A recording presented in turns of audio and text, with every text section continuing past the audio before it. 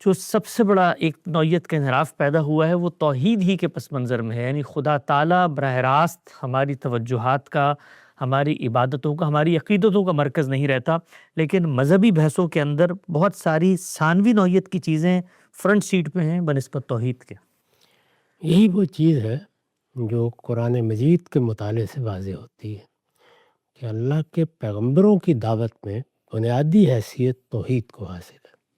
سب سے بڑی چیز جس کے لیے وہ منادی کرتے ہیں وہ یہی ہے کہ لوگوں، تمہارا پروردگار ہر لحاظ سے تنہا ہے، وہ یکتا ہے، وہ یگانہ ہے، اسی کو پوجنا ہے، اسی کے سامنے سر تسلیم خم کرنا ہے، اسی کی اطاعت کرنی ہے، اسی کی بندگی کا اقرار کرنا ہے، اور اسی کو اپنا رب اور اپنا منعم حقیقی ماننا ہے۔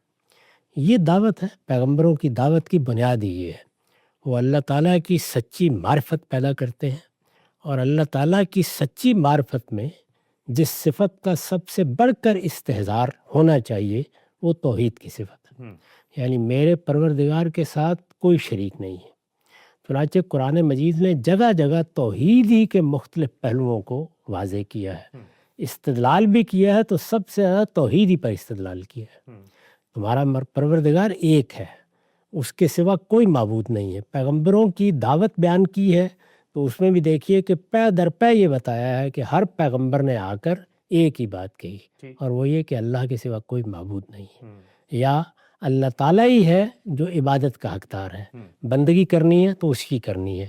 تو اللہ تعالیٰ کے ساتھ ہمارا تعلق کیا ہونا چاہیے، اللہ تعالیٰ کو ہماری زندگی میں کیا حیثیت حاصل ہونی چاہیے، ہمارا اللہ پروردگار عالم پر کس نوعیت کا اعتماد قائم ہونا چاہیے، اور پھر یہ کہ اس کی بندگی کا حق ادا کرنے کے لیے کیا چیزیں ہمیں لازماً کرنی ہیں اور کیا چیزیں ہمارے لیے مثالی نمونے کے طور پر سامنے رکھی گئی ہیں۔ یہی قرآن مجید کا پورا بیان ہے، یعنی قرآن کی دعوت کے وہ حصے جن کا تعلق شریعت سے ہے، بعض احکام سے ہے، وہ تو در حقیقت آثار ہے، فروع ہے۔ بنیادی بات جس کو ایک حقیقی مؤثر کے طور پر ہمارے پورے وجود میں اپنا کردار ادا کرنا چاہیے وہ اللہ کی معرفت ہے، اللہ کی توحید ہے۔ اس میں چند چیزیں ہیں جو میرا خیال ہے کہ بار بار بیان کرتے رہنا چاہیے۔ ایک یہ کہ توحید کیا چیز ہے، یعنی جب ہم کہتے ہیں کہ اللہ ایک ہے تو اس کا مطلب کیا ہے، تو قرآن مجید نے یہ بتایا ہے کہ اپنی ذات کے لحاظ سے اللہ تعالیٰ کے ساتھ کسی درجے میں کسی کو شریک نہ کیا جائے۔ یعنی اگر آپ یہ کہیں گے کہ کوئی ہستی، کوئی اوتار، کوئی معبود اللہ تعالیٰ کی ذات سے کوئی تعلق رکھتا ہے، جیسے کہ مثال کے طور پر مسیحیوں نے سیدنا مسیح کا تعلق اللہ تعالیٰ کے ساتھ باپ بیٹے کا قائم کر دیا، تو گویا اللہ کی ذات سے ان کا صدور بتایا۔ تو قرآن مجید نے بتایا کہ یہ نہیں ہو سکتا، یعنی لم یلد، یہ تو کوئی تصور ہی نہیں کیا جا سکتا کہ کوئی ہستی، کوئی مخلوق، کوئی اور وہ اللہ کی ذات سے صادر ہوا ہے، اور اس کے ساتھ نفی کر دی کہ اللہ تعالیٰ بھی کسی کی ذات سے صادر نہیں ہوا۔ بالکل صحیح، یعنی اس کے اوپر کوئی باپ بھی نہیں مانا جا سکتا، اگر بیٹا نہیں مانا جا سکتا، لم یلد ولم یولد۔ پھر اس کے بعد جو دوسری چیز بیان کی وہ یہ تھی کہ الا لہ الخلق والامر، یعنی اس دنیا میں دو کام ہوئے ہیں جو تمہارا احاطہ کیے ہوئے ہیں۔ خلق کا عمل ہوا ہے، یعنی قرآن مجید خود انسان کو متوجہ کرتا ہے کہ تم بھی ایک مخلوق ہو، تو خلق کا فعل تم اپنے اندر بھی دیکھتے ہو، تمہارے سامنے بے شمار دوسری مخلوقات سامنے آتی ہیں، تو جہاں جہاں بھی کہیں خلق کا عمل ہو رہا ہے اس میں کسی اور کا ہاتھ نہیں ہے۔ الا لہ الخلق، یعنی یہ خلق کا عمل اپنی ابتدا سے اپنی انتہا تک یہ اللہ پروردگار عالم ہی کر رہا ہے، وہی تمام مخلوقات کا خالق ہے، اور اس کے اس خالق ہونے میں کسی درجے میں بھی کوئی اس کا ساجی، کوئی اس کا شریک نہیں ہے۔ پھر اسی کے دوسرے پہلو کو بیان کیا وَلَهُ الْأَمْرُ، یعنی ظاہر ہے کہ جب یہ مخلوقات ہیں، یہ دنیا ہے، یہ کائنات ہے، یہ ایک عالم ہے، ایک بڑا یونیورس ہے جو آپ کا احاطہ کیے ہوئے ہے، اس کی تو اب وسعتوں کو جب سائنس بیان کرتی ہے تو آدمی حیران رہ جاتا ہے کہ یہ کیا چیز ہے۔ تو اس کا نظم آخر چلا رہا ہے نا کوئی، یعنی اس پوری کائنات کو کسی نے اپنی گرفت میں لیا ہوا ہے، کوئی ہے جو ایک ایک چیز کو قاعدے ضابطے میں رکھے ہوئے ہے، ان کے اندر جو تغیرات ہو رہے ہیں کوئی ہے جو ان کو پیدا کر رہا ہے، ان کے اندر ان تغیرات کے نتیجے میں جو چیزیں وجود میں آ رہی ہیں یا صورتیں پیدا ہو رہی ہیں کوئی ہے جو ان کے پیچھے صورت گری کر رہا ہے۔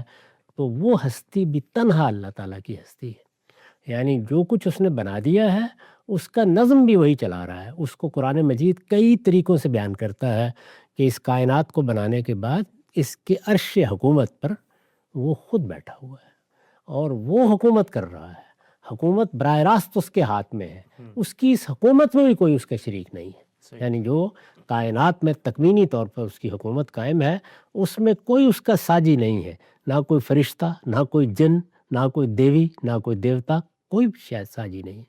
تو الا لہ الخلق والامر، یہ توحید ہے۔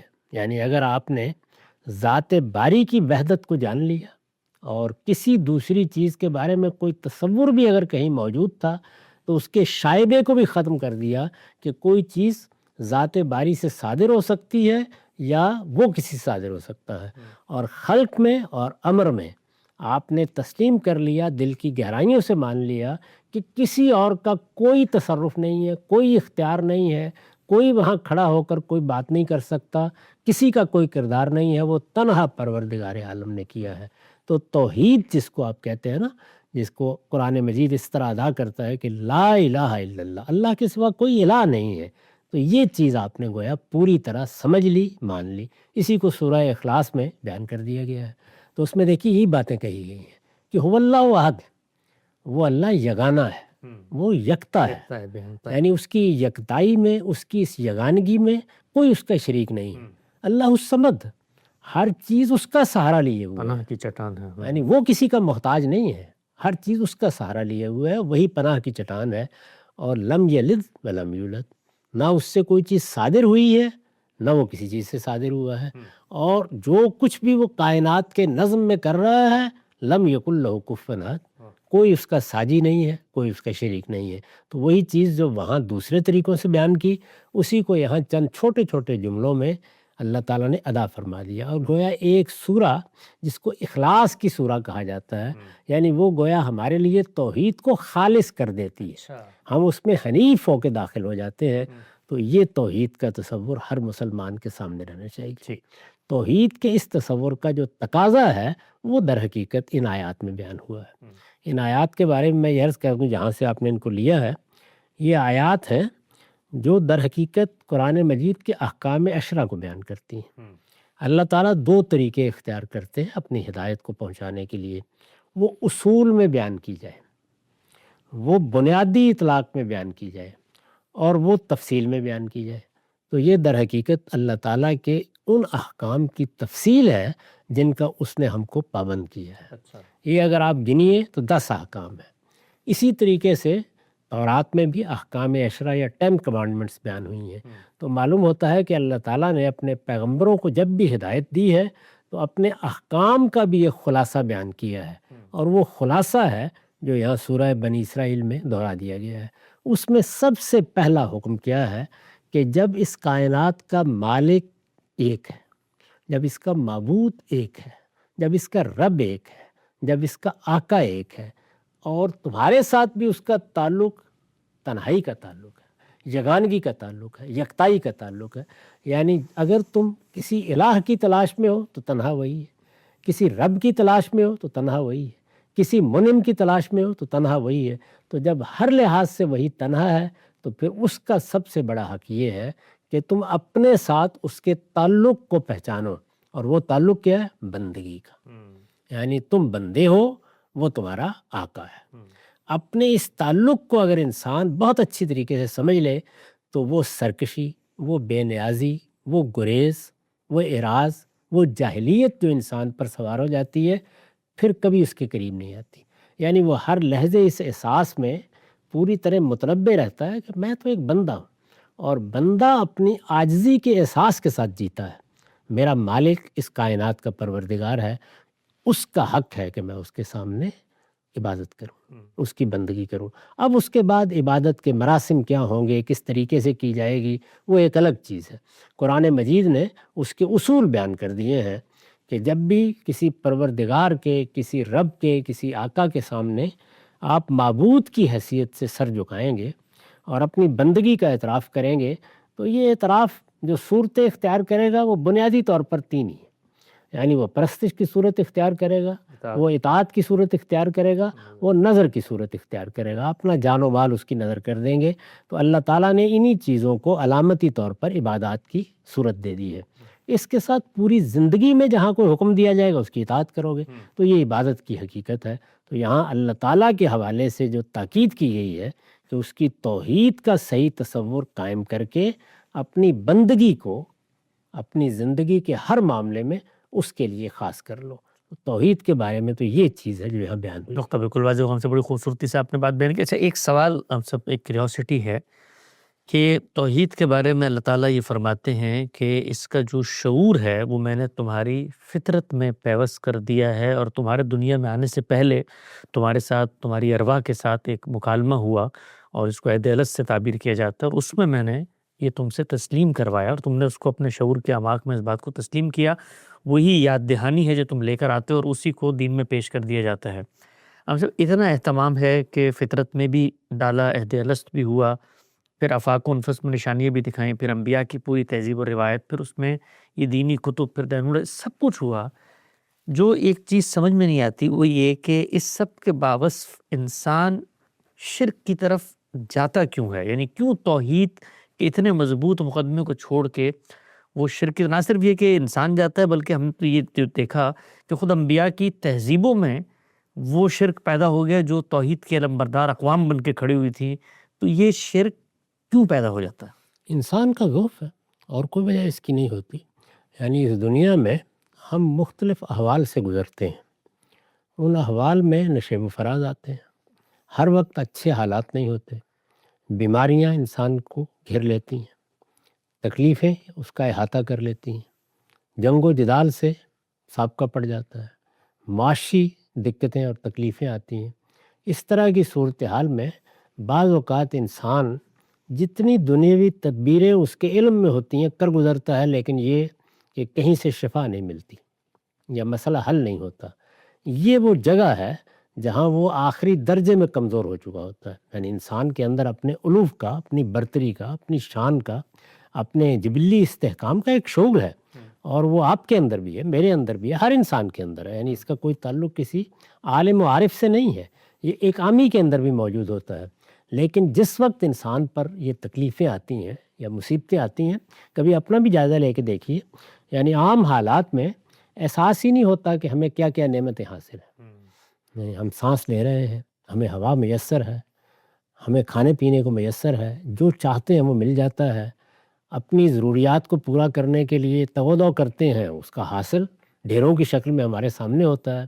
اسی طرح زندگی کے منصوبے بناتے ہیں، ان میں بھی کامیابیاں ہوتی چلی جاتی ہیں. کسی انسان کو کچھ صلاحیتیں دی گئی ہیں، ان میں بھی نشو و نما ہوتی ہے، اس کے بھی نتائج نکلتے ہیں.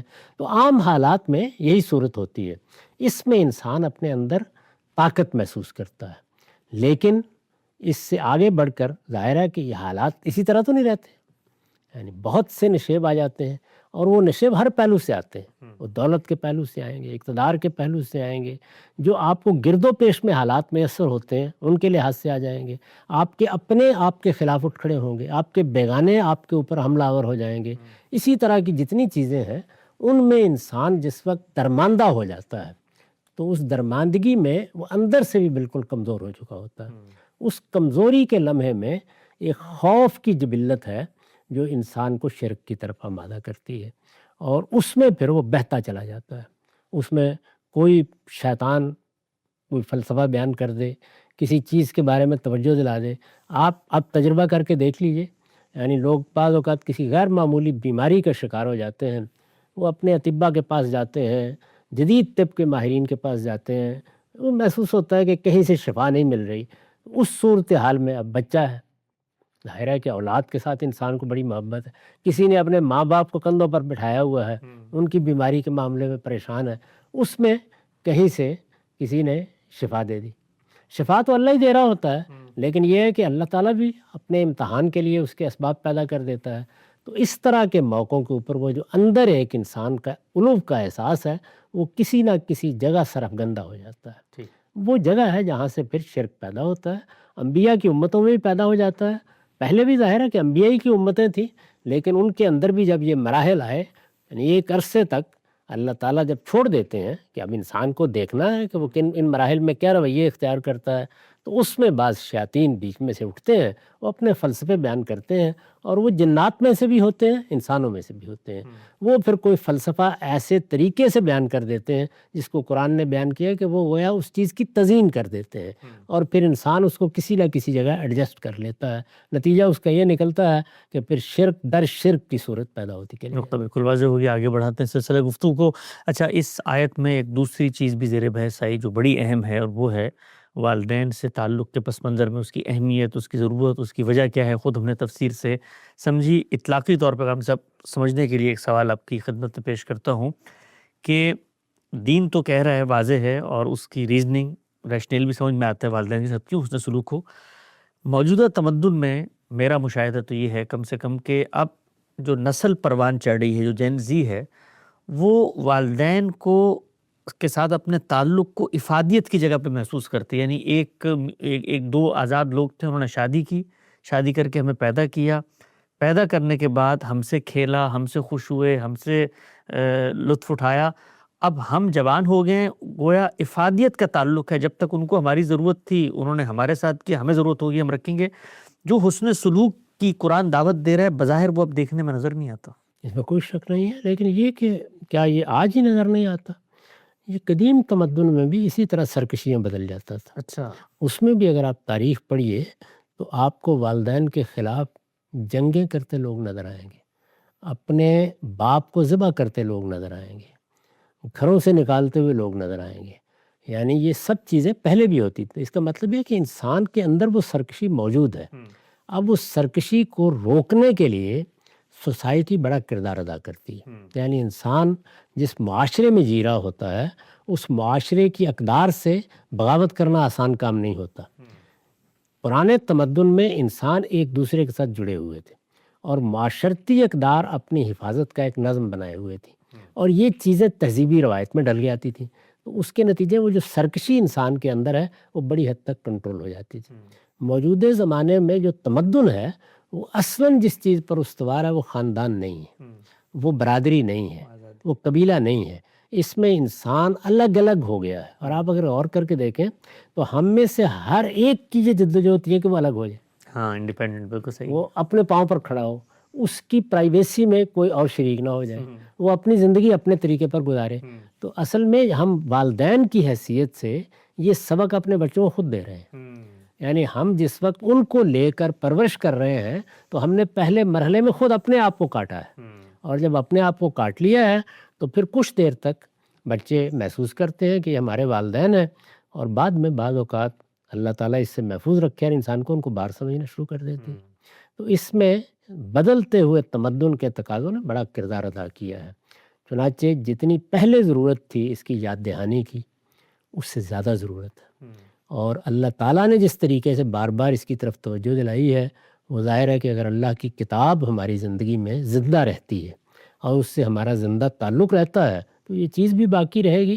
لیکن اس کی تذکیر کی ضرورت بہت بڑھ گئی کیونکہ یہ چیز تہذیبی روایت اور تمدنی تقاضوں سے الگ ہو چکی ہے. بالکل نقطہ واضح ہوا. ایک چھوٹا اور پہلو ہم سے میں چاہتا ہوں اس پہ بھی توجہ ہو کہ موجودہ دور میں جو انسان کی معاشی سرگرمیاں ہیں وہ کافی مشکل ہو گئی ہیں. یعنی آپ کو اگر زندگی جینی ہے تو بہت دوڑ دھوپ کرنی پڑتی ہے، گھروں کے بل، میڈیکل بل، یہ سب چیزیں.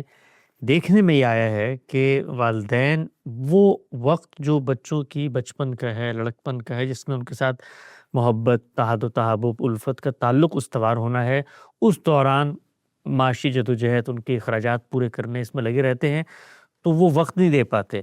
اچھا، جب بچے شعور کی عمر کو پہنچ جاتے ہیں تو پھر ان کو وہ تعلق ہی محسوس نہیں ہوتا کیونکہ والدین نے تو وہ معیشت کی ذمہ داری جب ان سے اڑ جاتی ہے اور وہ خود اس قابل ہو جاتے ہیں کہ اپنی معیشت کھڑی کر سکیں تو وہ آپس میں ان کا وہ کنیکشن ہی نہیں ہوتا. تو اس پہ آپ کیا کہتے ہیں ہم سب کہ یہ معاشی جو اس وقت کے تقاضے ہیں اس میں والدین بچوں کو وقت ہی نہیں دے پا رہے ہوتے ہیں؟ اس میں کوئی شک نہیں. یعنی دیکھیں نا، یہ بھی انہی عوامل میں سے ایک بڑا عامل ہے جس طریقے سے تہذیبی روایات کا خاتمہ ایک عامل بن گیا، تمدنی تقاضوں کی تبدیلی ایک بڑا دوسرا عامل بن گئی، اسی طریقے سے معاشی جدوجہد میں آنے والے تغیرات بھی عامل بن گئے، یعنی اب اس کی نوعیت ہی بڑی مختلف ہو گئی ہے۔ ابھی آپ دیکھیے کہ کتنی بڑی تعداد میں لوگ اپنے ملکوں سے ہجرت کر رہے ہوتے ہیں۔ پہلے کوئی چھوڑنے کے لیے آسانی کے ساتھ تیار ہوتا تھا، اس میں بھی ہر آدمی اپنے والدین کو تو کندھے پہ اٹھا کے نہیں لے جائے گا، اور بارہا اگر بچے چاہیں بھی تو والدین کے لیے اپنی معاشرت کو، اپنی تہذیبی روایات کو اور اپنے قریبی لوگوں کو چھوڑنا بہت مشکل ہوتا ہے۔ تو اس کے نتیجے میں معاشی جدوجہد بجائے خود دور کرنے کا باعث بن جاتی ہے۔ یہ سارے عوامل ہیں۔ اب جو مغربی معاشرے ہیں ان میں تو بہت سی جگہوں کے اوپر انہوں نے اس کا حل یہ نکالا ہے کہ ایک خاص عمر کے بعد گویا ریاست کم و بیش ذمہ داری سنبھال لیتی ہے۔ اگر آپ غور کر کے دیکھیں تو جو یورپ کے ممالک ہیں ان میں تو ریاست پہلے ہی مرحلے میں سنبھال لیتی ہے، اور بعد میں بھی بڑی حد تک امریکہ تک میں بھی، جو ویسے کہنے کو کہا جا سکتا ہے کہ اس نوعیت کی ویلفیئر اسٹیٹ نہیں ہے، وہاں پر بھی ایک عمر کے بعد ریاست گویا ذمہ داری لے لیتی ہے اپنی۔ تو یہ چیز کیوں کرنی پڑی ہے؟ اس سے پہلے نہیں کرنی پڑتی تھی، اس کی وجہ وہی ہے۔ تو جس وقت تمدن میں تبدیلیاں آتی ہیں تو پھر انسانوں کو بحیثیت مجموعی سوچنا چاہیے کہ اب ہم کیا کر سکتے ہیں۔ تو اس میں تینوں چیزیں کرنی چاہیے، یعنی انسانوں کے اندر اس شعور کو زندہ رکھنا، اس مذہبی احساس کو زندہ رکھنا، اللہ تعالیٰ کی یہ تاکید کہ میرے بعد سب سے بڑا حق والدین کا ہے، اس کی یاد دہانی ابتدا سے ہوتی رہے۔ وہ جو تصورات یا غلط فلسفے پیدا ہوتے ہیں ان کے بارے میں جر و نقد کر کے ان کی غلطی واضح کی جاتی رہے، اور اللہ کی کتاب کی تذکیر وہ ہمارے معاشرتی نظم کے اندر بھی، جیسے کہ اس کے لیے اللہ تعالیٰ نے خود اہتمام کیا ہے کہ جمعے میں بھی یہی کیا جائے، اجتماعات میں بھی یہی کیا جائے، وہ بھی ہو۔ اگر کسی جگہ مسلمانوں کے معاشرے ہیں تو وہاں آپ تعلیم میں بھی یہ ساری تعلیمات داخل کر رہے ہیں، یہ تو ناگزیر ضرورت ہے۔ یعنی انسان کا معاملہ یہ ہے کہ ان تعلیمات کے ساتھ وہ زندگی بسر کرے، لیکن اس کے ساتھ پھر بھی آپ کو آگے بڑھ کر یہ اقدام کرنا پڑے گا کہ مسلمان معاشروں میں بھی اسی طریقے سے بزرگوں کی ذمہ داری میں معاشرہ بحیثیت مجموعی شریک ہو جائے۔ نقطہ بالکل واضح ہو گیا۔ روایت کی طرف آگے بڑھتے ہیں۔ ابو ہریرہ رضی اللہ تعالیٰ عنہ کہتے ہیں کہ میں نے رسول اللہ صلی اللہ علیہ وسلم کو یہ فرماتے ہوئے سنا کہ غرور و تکبر خیمے والوں میں ہے جو چلا کر بولتے ہیں، اور وقار اور اطمینان بھیڑ بکریوں والوں میں ہے۔ اہل الوبر کی تعبیر آتی ہے، ہم سب یہ اونٹ کے بالوں سے خیمے بناتے تھے اونٹ والے، تو ان کے بارے میں یہ رسول اللہ نے فرمایا۔ تو یہ کیا پیشہ جو ہے وہ آپ کے رویے، مزاج، آپ کے تعاملات، آپ کے انداز و اطوار پہ اثر ڈالتا ہے؟ اس کا مطلب جی ہاں، یہ رسالت مآب صلی اللہ علیہ وسلم نے اپنا تجربہ بیان کیا ہے۔ ظاہر ہے کہ ایک انسان جس معاشرے میں آنکھ کھولتا ہے تو وہاں وہ بہت سے تجربات سے گزرتا ہے۔ ہمارا علم ہمارے تجربات ہی پر مبنی ہوتا ہے۔ تو یہ بیان فرمایا آپ نے کہ تم دیکھو کہ لوگ جو پیشے اختیار کرتے ہیں وہ کس طرح ان کے مزاج، ان کی طبیعت پر اثر ڈالتے ہیں۔ یہ ابھی ہم کیا بات کر رہے تھے کہ انسان کی معاشی جدوجہد میں تبدیلی لیں، اس کی طبیعت پر اثر ڈال دی، اس کے مزاج پر اثر ڈالا ہے، اس کی ترجیحات پر اثر ڈالا ہے۔ تو اسی طریقے سے اونٹوں والے ہیں تو ان کے ہاں بھی کچھ خصائص نمودار ہو جائیں گے، بھیڑ بکریوں والے ہیں تو ان کے اپنے خصائص ہوں گے۔ مدینے میں رسالت مآب صلی اللہ علیہ وسلم جب تشریف لائے تو آپ نے دیکھا کہ وہاں پر آبادی بڑی حد تک سکونتی ہے، اور ان کے باغات ہیں، وہ کھیتی کرتے ہیں، تو ان کے مزاج اور طبیعت میں زمین آسمان کا فرق تھا۔ اب بھی آپ اگر مدینے میں جائیں تو یہ واضح فرق محسوس کرتے ہیں۔ تو اس وجہ سے آپ کے حالات کیا ہیں، آپ کھاتے کیا ہیں، آپ جدوجہد کیا کرتے ہیں، آپ کی روزمرہ سرگرمیاں کیا ہوتی ہیں، وہ آپ کے مزاج اور طبیعت پر اثر انداز ہوتی ہیں۔ تو اس میں بھی در حقیقت یہی توجہ دلانا مقصود ہے کہ انسان کا پیشہ جب اس پر اس طرح کے اثرات ڈالتا ہے، یا آج کی تعبیر کو اگر اختیار کر لیں تو وہ ہماری معاشی جدوجہد، ایک آدمی کو سفر ہی کرنے ہیں، ایک شخص مختلف ملکوں میں پھر رہا ہے، ایک آدمی کی جدوجہد کی نوعیت ایسی ہے کہ وہ سارا دن لوگوں کے ساتھ بہتائی کرتا ہے، تو اس کے جو اثرات ہوں گے پھر انسان کو سوچنا چاہیے کہ میں ان اثرات سے اپنے اخلاقی وجود کو کیسے بچا کے رکھتا ہوں۔ تو یہ بڑی ضروری چیز ہے، یہ تربیت کے لیے فرمایا گیا ہے۔ ٹھیک نقطہ بالکل واضح ہو گیا۔ صحابہ کے آثار کو بھی ہم زیر بحث لاتے ہیں۔ حسن بصری روایت کرتے ہیں کہ رسول اللہ صلی اللہ علیہ وسلم اپنے اصحاب کے درمیان تشریف فرما تھے کہ علی بن ابی طالب وہاں آئے لیکن بیٹھنے کے لیے کوئی جگہ نہ پائی۔ اس پر ابو بکر رضی اللہ تعالیٰ عنہ اپنی جگہ سے کچھ ہٹے اور علی کو اپنے پہلو میں بٹھا لیا۔ ابو بکر رضی اللہ تعالیٰ عنہ کو یہ عمل دیکھ کر نبی صلی اللہ علیہ وسلم بہت خوش ہوئے اور فرمایا کہ فضیلت والے کام ارباب فضیلت ہی کو جچتے ہیں، اور اہل فضیلت کی فضیلت کو بھی وہی پہچانتے ہیں جو خود اہل فضیلت ہوں۔ یعنی یہ وہی بات ہے نا جو عام طور پر محاورے میں کہی جاتی ہے کہ جوہری کی قدر جوہری ہی جانتا ہے۔